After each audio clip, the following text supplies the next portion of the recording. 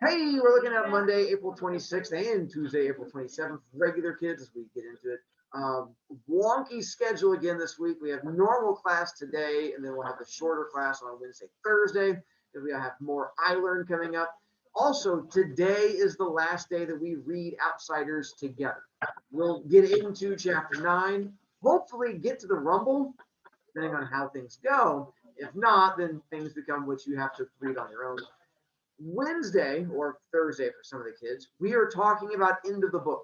So we're not reading it all together on Wednesday because that's our last day to talk about book. And we have a lot to talk about. There's kids who die coming forward. There's the fighting thing that comes up. There's the thing that happens at the end. And so we're going to be talking about all the different things that happen. If you have not finished book by Wednesday, we're spoiling it because I'm definitely talking about the things that happen in the book. So your checkpoint should be finished book by the next time we see each other, Wednesday or Thursday. If not, again, not the end of the world. It just means that you're probably going to be a wee bit on the confused side.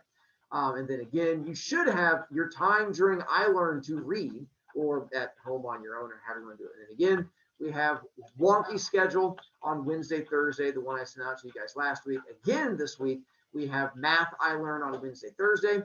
Go to your same iLearn room. That is where you're going to go for Wednesday, Thursday, except for home children. Virtual kids, you will not go to the same room. You have a whole new room when you show up this Friday. Last week, you got to spend your 8 hours doing English. This week, you get to spend your 8 hours doing math, but it's in a different room. Now, math teachers are taking over as opposed to the English teachers from before. So just letting you know.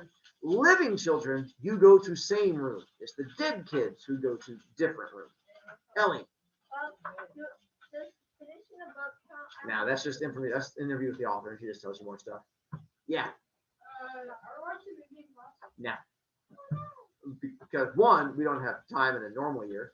Two, we have even less time this year. Three, I never show movies in class because I enjoy talking to kids way too much. Me sitting there and watching you guys watch a movie for an hour and a half, I would go insane. And so I would much rather interact with you guys. Me still talking. And so, yeah, that was 15 minutes. I can do 15 minutes. We can't do Outsiders in 15 minutes. And then also at the end of the year, instead of watching the movie, that's when I tell you guys stories. And so at the end of the year, you have the option of, we could sit there and watch a movie, but usually kids choose to have me tell stories about my poor choices when I was a kid. From there. Yes, if you keep yelling over me, you're going to go to jail. Good job, Zachary. Owen. The day after today. Yeah, it is. Oh, happy birthday. How so confusing. 13? Welcome to the world of finally being a teenager and officially getting to make poor choices. All right, so there. Those children. And I've collected all of my blue sheets. And except for the kids. Oh, yeah. And also, no, not officially. They already have someone. So with this one, again, as of now, you are officially in last place, but you're also in last place with a time that was faster than like any kid up until a week ago. So the fact that 11 seconds is last place is insane. So that is our current ranking over there as of last week. And so you have the ranking things from there. Those of you who have not beat 30 seconds, you still have the opportunity to beat 30 seconds if you are wanting B points and or anything along those lines. Those of you who have beat 30 seconds, you would have to beat 11 seconds. Did we have anybody who wanted to take a shot at it today? Is that you, Celia? That's fine. Go for it. So, Celia, you have already beat 30, which means you're going to have to beat 11. Wait, can I go after Fernando? No one else volunteers, and I would say physics would say no. Wait, after Blaze. I want to do after Blaze. That's fine. We can do that too. I'm going to go before Blaze. Can I do it? That's fine. So I'm getting my people on the list now. So just those three, and that's it. So after those 3, 4. So making sure I have 4 kids, and then I move on. Okay. I'm officially setting it at 4. All right. So hang on. We're going to pause recording. We have now moved our bottom end. Good job, Zach, who has now hit in at 10 seconds. So now we have from first place at 5 to last place at 10. Impressive. Go you. You gotta cut off 5 seconds. And that might be pretty impressive. Speaking of impressive, taking a look at the quiz. So running through this with you guys real quick. Let's see what you guys have. For those of you who are home children who have not turned it in, and that's like 4 of you who are at home and have not turned this in, we're giving you the right answers right now for the handful of you who pay attention. What kind of relationship does Johnny have with his mom? Hey, Yeah, she is not a good person. I mean, if your kid's in the hospital and you go in there just to yell at them, probably does not put you in the mom of the year category. But I imagine beating him with a stick probably took down that front earlier on. Parents, why does Randy decide he doesn't want to be in the Rumble? Fighting is pointless. He's like, hey, even if you guys beat us, we're still better than you. And if we beat you guys up, then we're just beating up a bunch of puppies. There's like basically there's no point in fighting overall. So Randy sort of tries to become a hippie and give up on this whole fighting thing. He started off on Team So's, and now he's like, Team, I don't like fighting. Which is like Team Nobody. The main thing that they eat while they're out there? Yeah, which way he gets all sick and full on his sandwiches. Nah. What does the poem tell us about childhood? There you go. Enjoy it, because eventually you're going to become an old grumpy person who hates children and makes them do homework and stuff like that, like me. So until that happens, enjoy being a child before you grow up and hate children. Some of you already hate children, so you know you're getting that. I know, right? What is it both boys do to disguise? So haircut, cut hair, because only one of them bleaches the hair, because remember, Johnny can't because he has the dark skin. So I was going for something around the ideas of cutting hair, chopping hair, removing hair, something like that. If you put change hair, I did not give you credit, because that was not specific enough, because technically bleaching your hair is changing your hair, so you had to be along that cutting line. What does Dally say Cherry's going to do? She's fine. Now that she has guilt over the fact that if she had not been flirting with the boys, then Bob would still be alive, so she feels bad about it. So that's why she's doing the whole spy thing. Because she was like, I feel bad because I got all flirty, someone died. You know how flipping on. What big decision does Johnny decide to do? And then he's like, I'm tired of running from the popos. We're going to turn ourselves into police. And so you get to finally be with your family again. And then everything burns down. What is Dally's gold?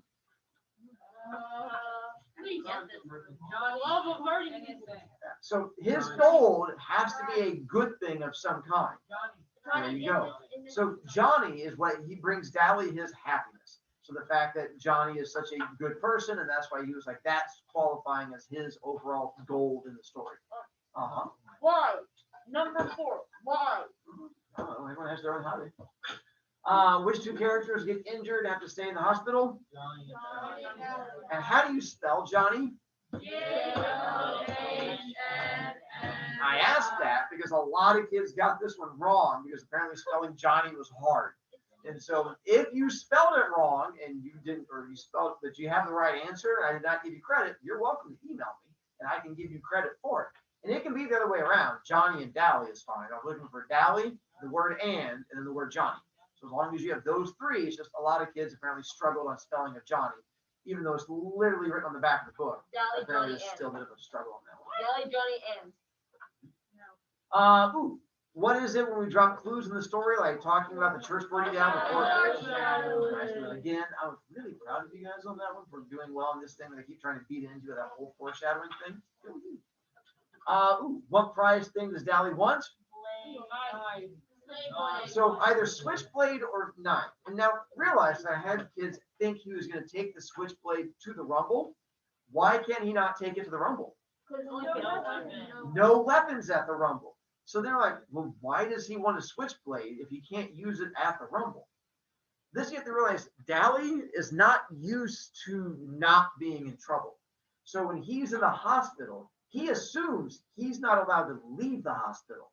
So he gets a switchblade so he can stab his way out of the hospital, because he's assuming he has to break out like you do in jail. That's not how hospitals work. Hospitals, you go, I want to leave. And they go, okay. And then you just walk out. But Dally's like, who do I get to stab on the way out? And they're like, nobody. He's like, really? And they're like, for the fun of it? And so that's why he gets the switchblade to stab his way out of the hospital. But you don't have to stab your way out of a hospital, because that just makes more work for them. So they don't want you to do that. You know how doctors are. And why does Cherry not visit Johnny? Because he killed Bob. Apparently, you know how women are. You go and you kill one boyfriend and they get upset with you. And so apparently that's the issue here is the same thing that she's like, hey, I know he's a really good person, but he did kill my boyfriend. And Bonnie was like, yeah, but your boyfriend's a jerk. She's like, I know, but he's like my jerk. And so apparently she's still upset about the whole killing of her boyfriend thing. It takes a little while. I know. Women. But eventually we get past that. That's the name of my first book. And so from here, what we did well on quiz. There were only 2 questions that you guys did not get like an A or a B on overall as a whole. Well, not counting the kids who just turned it in right before class. But like overall, like I did it over the weekend, looked at it this morning. And so my question is, what question? We had 1 question that was like down around 50%. Was our only low one. So I'm gonna have it like 9. Which one is that one? Oh, 2 kids. Oh, 8. Numbers are hard. 9. It gotta be 9. Dally's goal. Oh, you guys were. That's a lot of 8. Oh, you guys feel strong on 8. So is that the one that apparently when we were going through it a second ago, you guys all struggled with it? Yeah, that's probably because that was our toughest one. So figuring out Dally's goal was our tough one. We had one other one that was below 70%. Everything else was like a way above 80. 10? 9. Yeah, nicely done, Jermaine. Yeah, the one that kids couldn't spell. And again, I think it's only because you got it right. It's just a lot of kids were too lazy to email me to get credit for it. So again, if you got it right, then email me and I'll give you credit for it. The rest of them, you guys did well on it. So again, if you remember way back when we did the like poetry and short story units and stuff like that, and you guys did not do well in the quizzes overall, my quizzes have not gotten easier. I ask the same level of quizzes I've always been doing. Whether you like it or not, you're getting smarter and you're getting better. I know. It makes you like, no, I don't want to be smarter. Make the knowledge come out. But whether you like it or not, you guys are slowly having knowledge into your brain and you're getting smarter as we go through. So I know. The only way to fight it now is just to drop out of school. So I'm just trying to help build you guys up on that one. I'm not advising it. I'm telling you it's an option that's available. Not yet. Give me time. All right, and then so there. So now we get back to, we will go to library, but not yet. I want to read it to you guys first. We're going to try and get to stabby time. Let's see. Before we get to stabby time, let's see. Again, points pass. Way to brag. All right, so let's go through the quick rewindy thing, and then we'll get to the ready thing. We're going to start in chapter 9 as I buy time for 5th. Which one? Look at you flexing on people. I would say if you have the most recent one, use that one.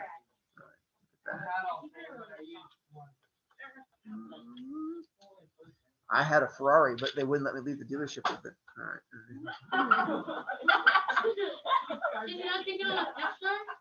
I did, but they kept making me go back to the store.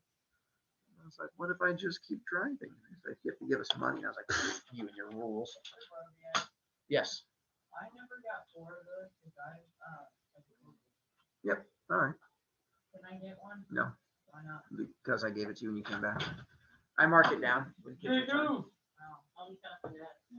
See, greasers, we had the socias, we got the chapter 2, which is the drive-in, the meeting of the girls, chapter 3, which was Bob confronting them and doing the yelling and stuff like that. Chapter 4, we stabbed Bob, give him the extra hole.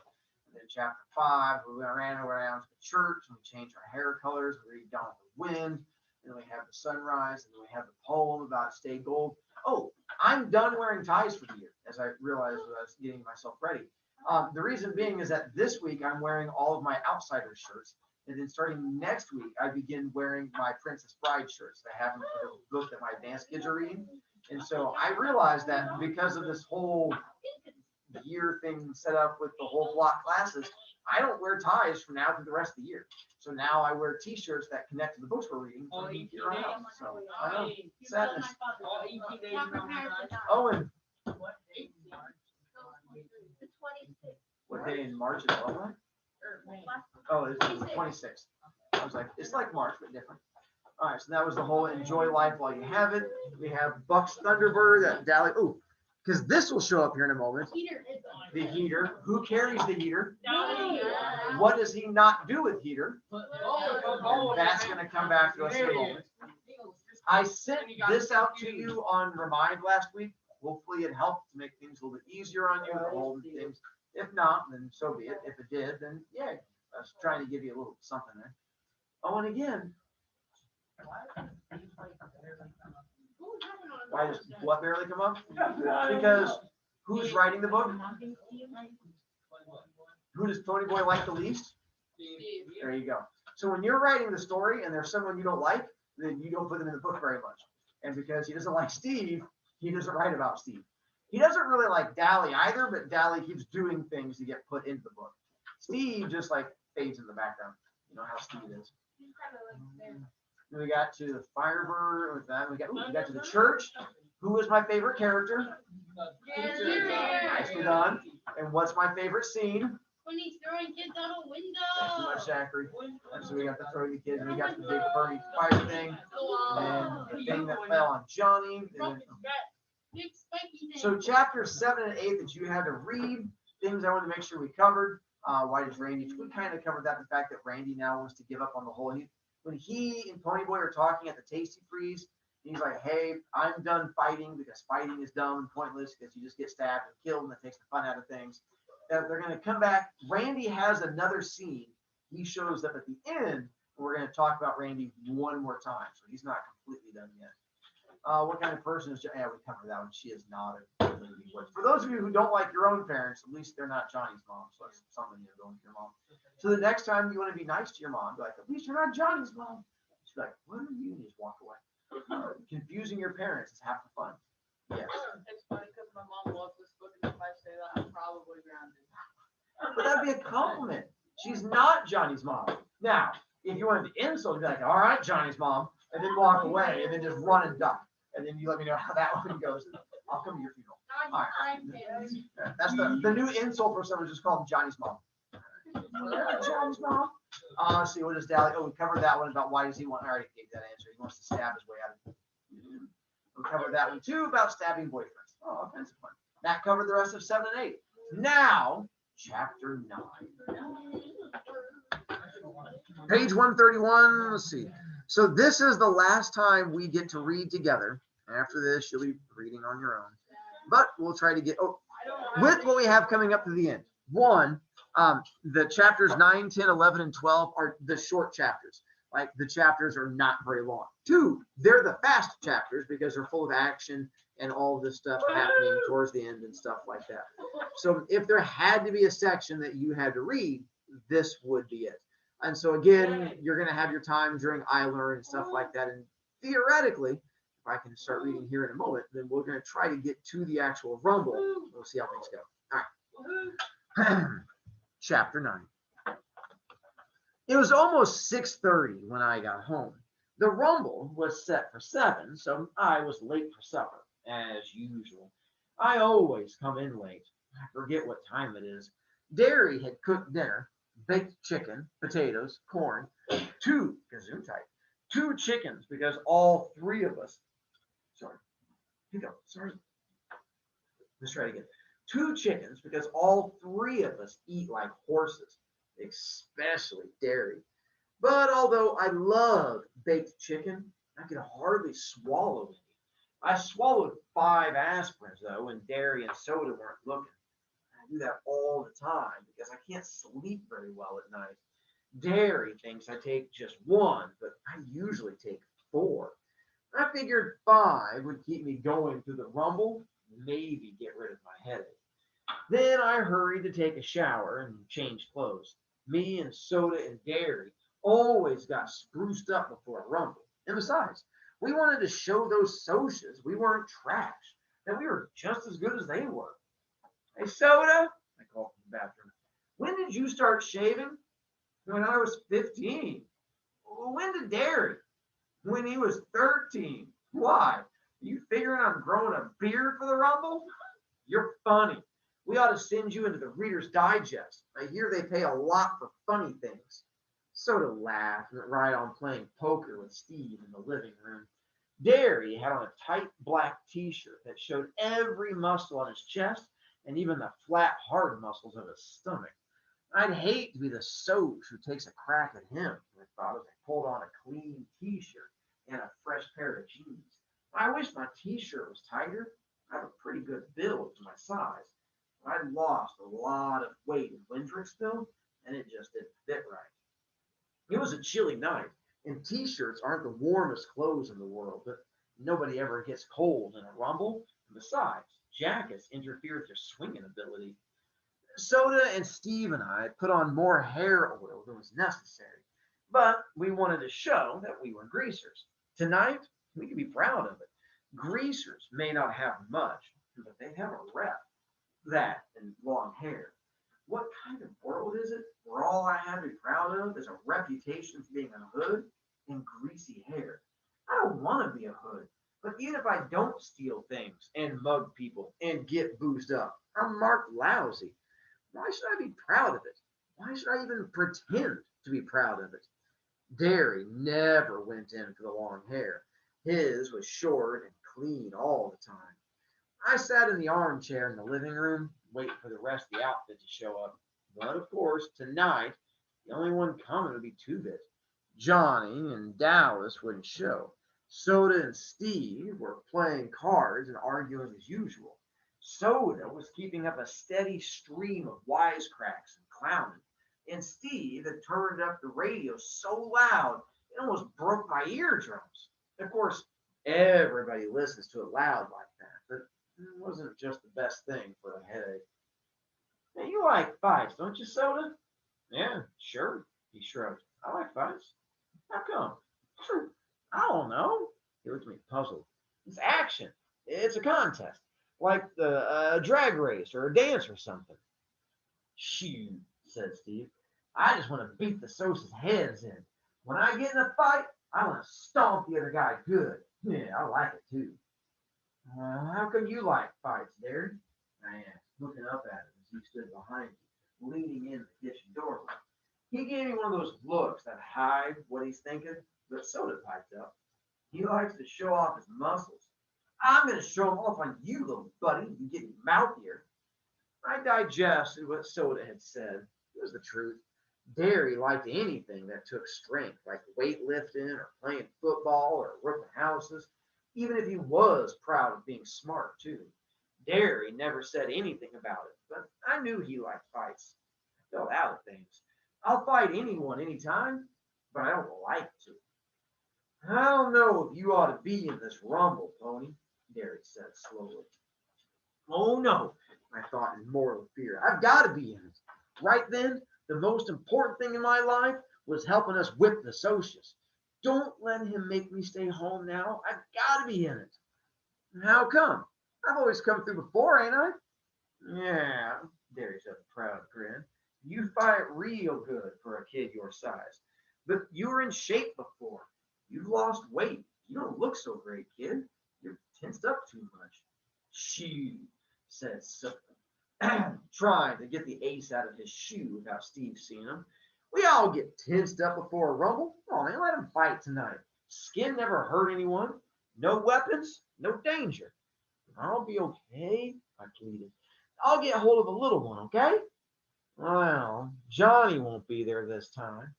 Johnny and I sometimes ganged up on one big guy. But then Curly Shepherd won't be there either, or Dally. We'll need every man we can get. What happened to Shepherd? I asked, remembering Tim Shepherd's kid brother, Curly, who was a tough, cool, hard as nails Tim in miniature. He and I once played chicken by holding our cigarette ends against each other's fingers. We stood there, clenching our teeth and grimacing, with sweat pouring down our faces and the smell of burning flesh making us sick, each refusing to holler until a Tim happened to stroll by.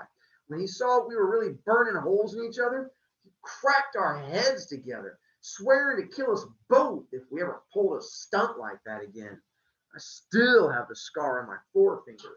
Curly was an average downtown hood. Tough, not real bright, but I liked him. He could take anything. Oh, real quick one, actually. Now I'll pause it real quick. So that thing they were talking about, essentially for those of you who are now using your vapes all the time, you're not familiar with this, but cigarettes, these are little sticks. If you would burn one in, you would sit there and smoke. So he and Tim Shepherd's little brother both smoked cigarettes. So you had like the end of it, which has the red hot part. and then they both put out your finger, and then you cram the cigarette against the other person's finger to see which kid is going to say, you know, give up first. So they were sitting there like burning each other with their cigarettes to see which kid is the first wussy. Older brother comes in and sees them, and then bang, whacks their heads together because apparently they were giant idiots, which shouldn't be too much of a surprise. Hang on 1 second, and all right, we're back, kids. We took a short break to stand up and walk around and not kill people. So, they're getting ready to talk about the fact that Curly is in the cooler. Again, this is not the thing on your fridge. The cooler being, there you go. So they're talking about the fact that he's in jail, not for smashing a cigarette against somebody, but just in general. Hi, Ellie. On the ground somewhere. I don't think anyone will steal your book. Everyone has their own. I'm assuming your book is gone. I just think. Oh, I didn't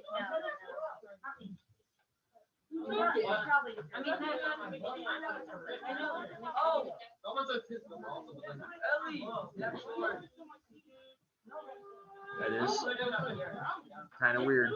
You should have book number 45. You want to look on the bottom? You can look on the bottom. 45. There you go.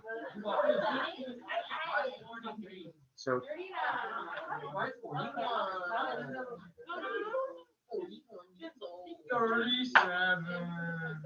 And so Kasopa, you should have 31. Yeah, no, but.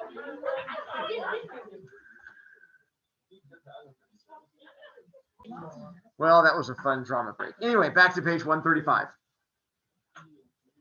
He could take anything.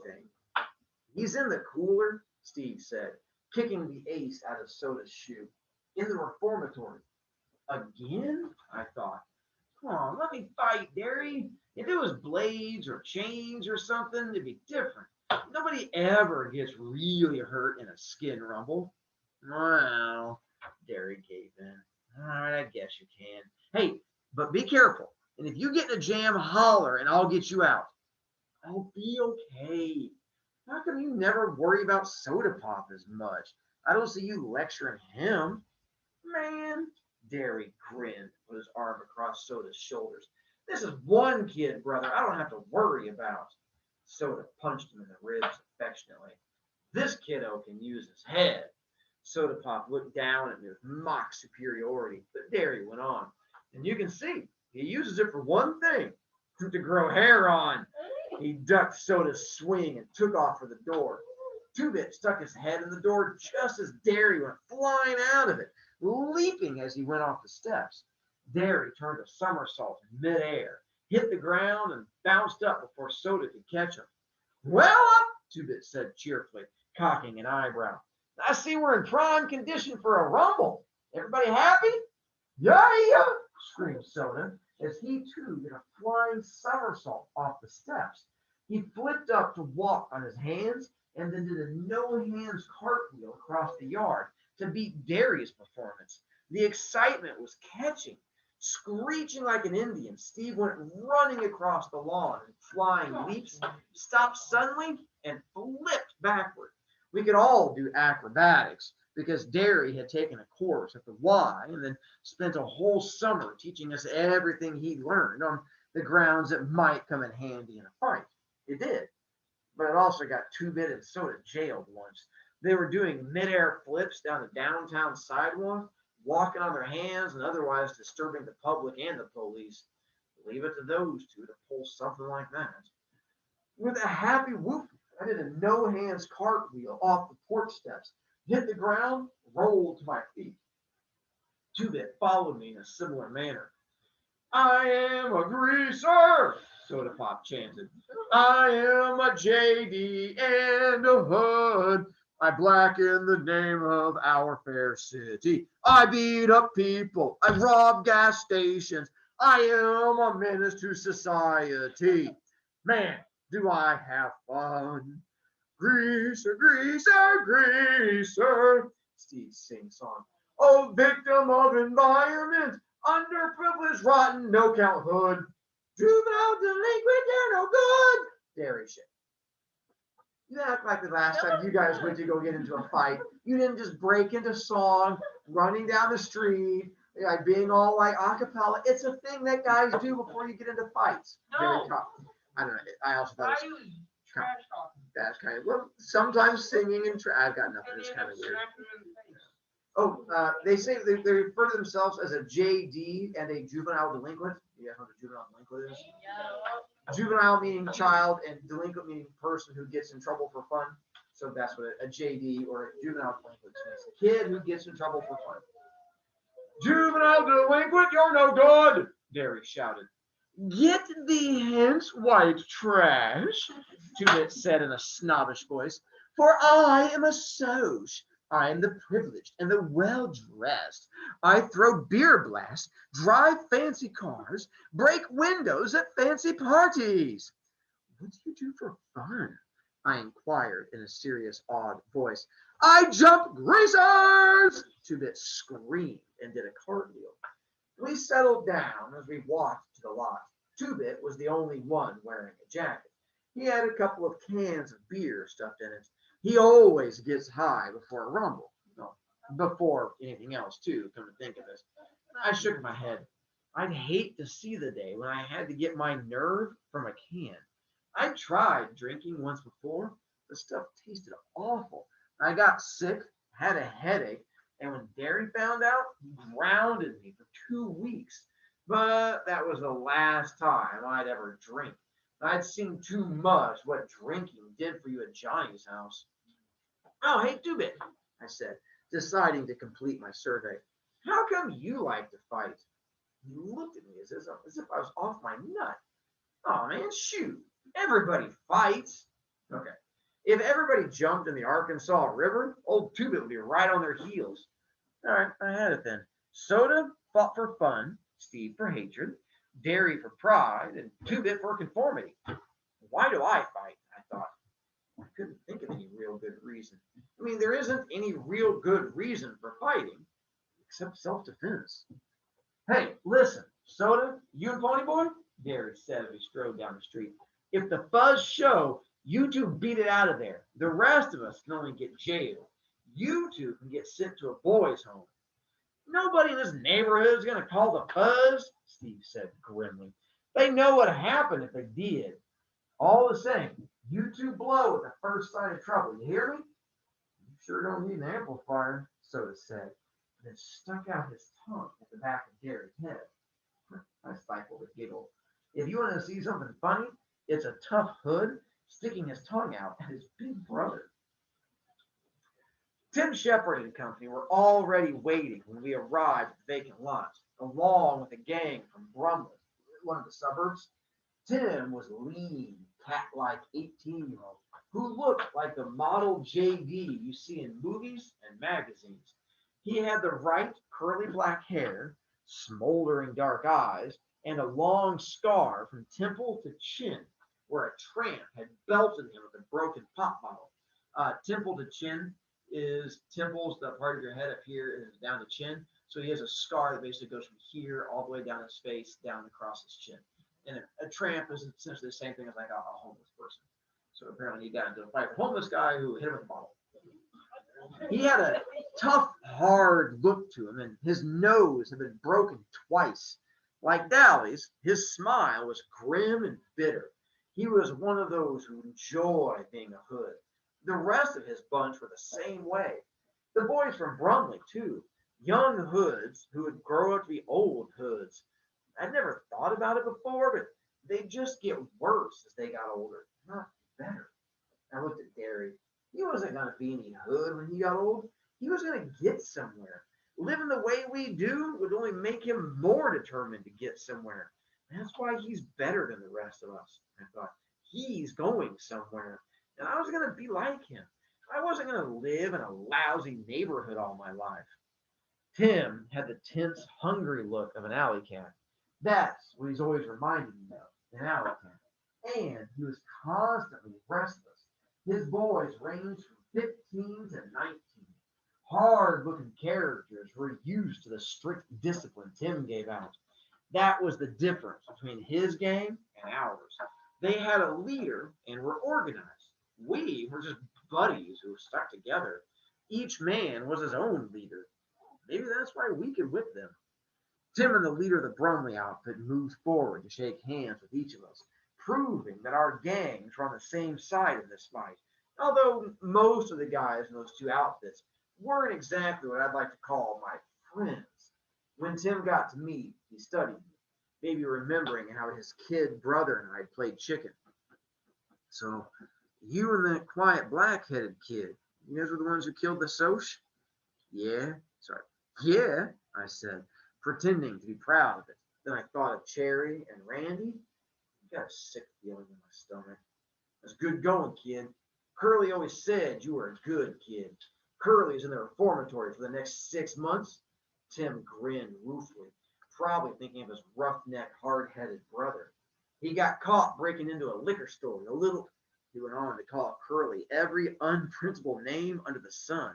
In Tim's way of thinking, in terms of affection. I surveyed the scene with pride. I was the youngest one there. Even Curly, if he had been there, had turned 15, so he was older than me.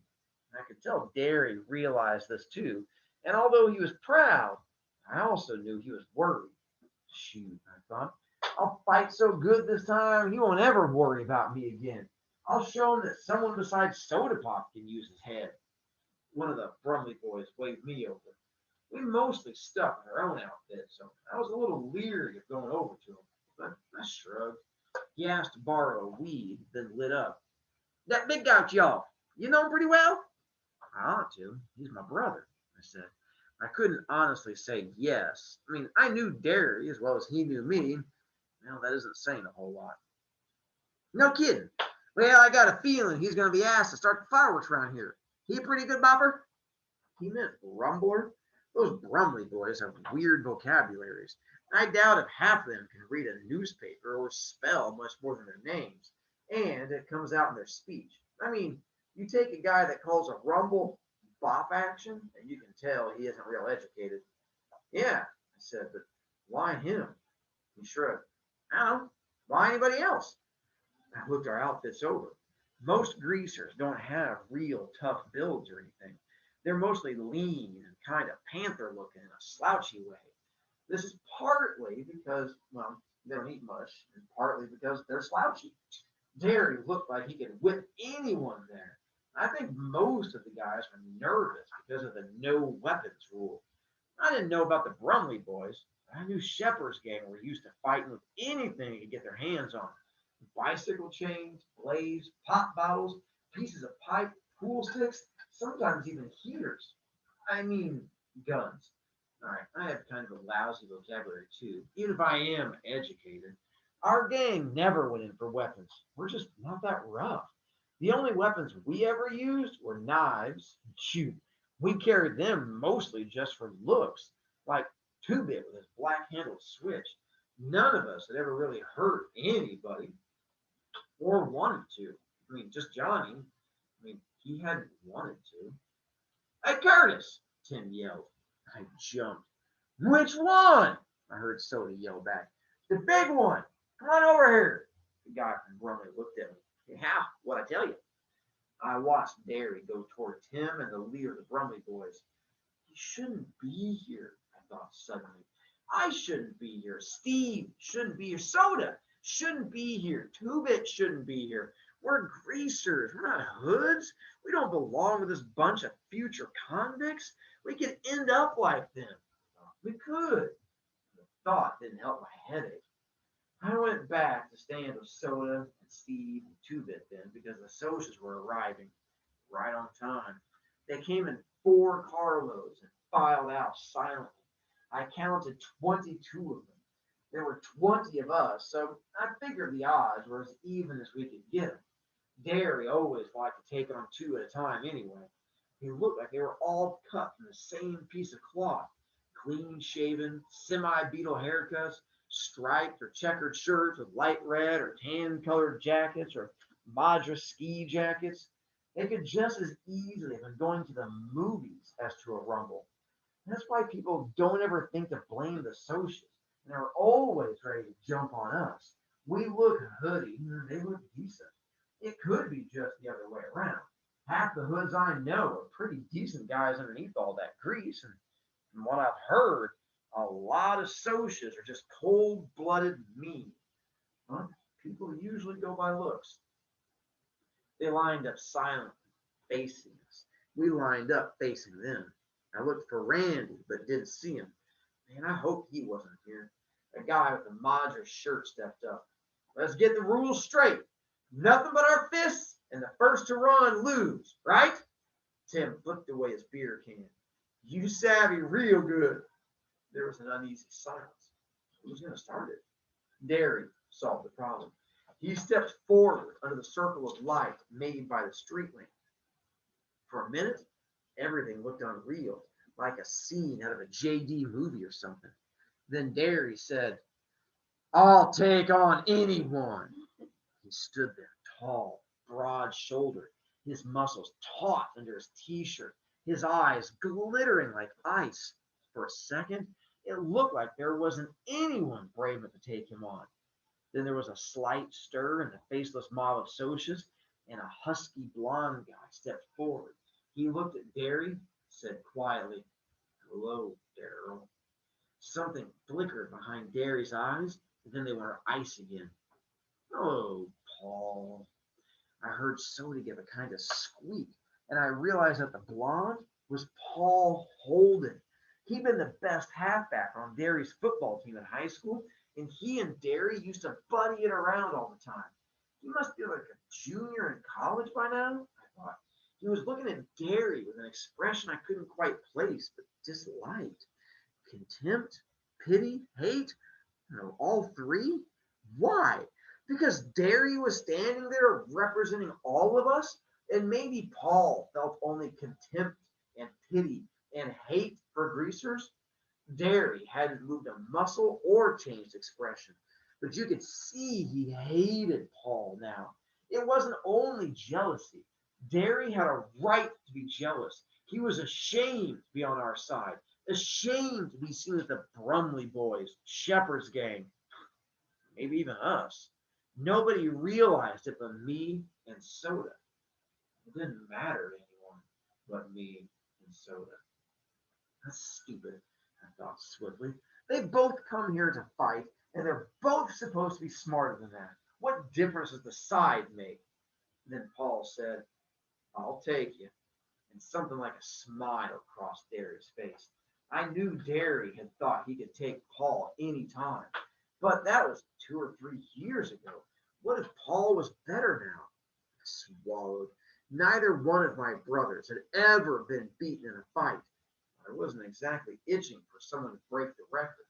They moved in a circle under the light, counterclockwise, eyeing each other, sizing each other up, maybe remembering old faults and wondering if they were still there.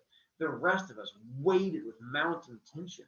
I was reminded of Jack London's books, where the wolf pack waits in silence for one of 2 members to go down in a fight. But it was different here. The moment either one swung a punch, the rumble would be on. And that's where I have to stop reading with you. So if you want to bend the top of the page or whatnot, page 143 is the last part I get to read with you. And this is where you'll have to finish it on your own. So we have rumble. We're going to have kids dying. Then we're going to get to the final scenes. On Wednesday, when we talk again, it's going to be about end of book and what all happens. So your goal is to get there if possible. So as you see, checkpoint, end of book before Wednesday, and you should be good, at least before class.